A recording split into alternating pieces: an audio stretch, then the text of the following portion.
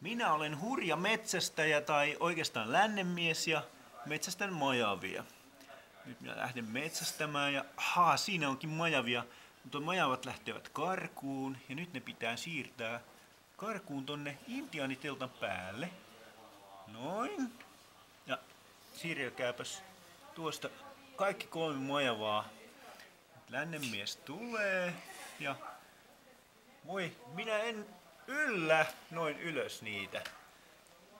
Täytyy lähteä lainaamaan intiaaneilta tikapuita. Nyt se kävelee tänne päin.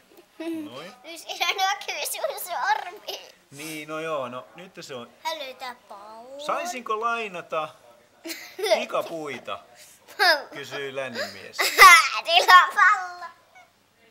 Anteeksi vain, mutta olemme lähdössä keräämään omenia omenapuusta. Tarvitsemme tikapuita, mutta minä tarvitsen heti. Koska, en voi sanoa miksi. Miksi sinä oikein tarvitset heti?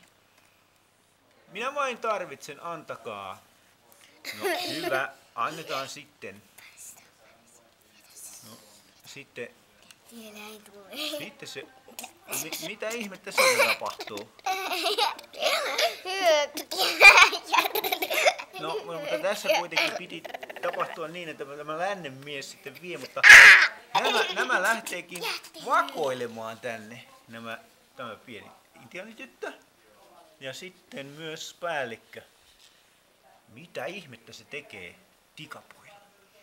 No, tämä laittaa sillä välin ne tikapuut tohon, että se ottaisi ne majavat sieltä ylhäältä.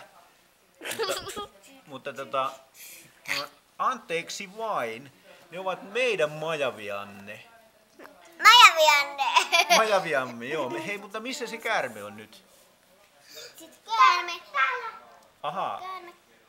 Nimittäin tämä päällikkö laittaa käärmeen sen lännenmiehen housuihin. Laitapas. Täänkö? Apua! Pelkää käärmeitä! Käärme putosi. Ja sitten nyt voitte tulla turvassa sieltä alas. Nyt nämä majavat tulee takas alas, koska ne on niiden lemmikkejä. Ryhmän paperinukeissa. No ryhmän paperi. Okei. Ja tyttö tulee kans paikalle ja näin. Ne on taas kavereita. Saanko katsoa sarjakuvaa?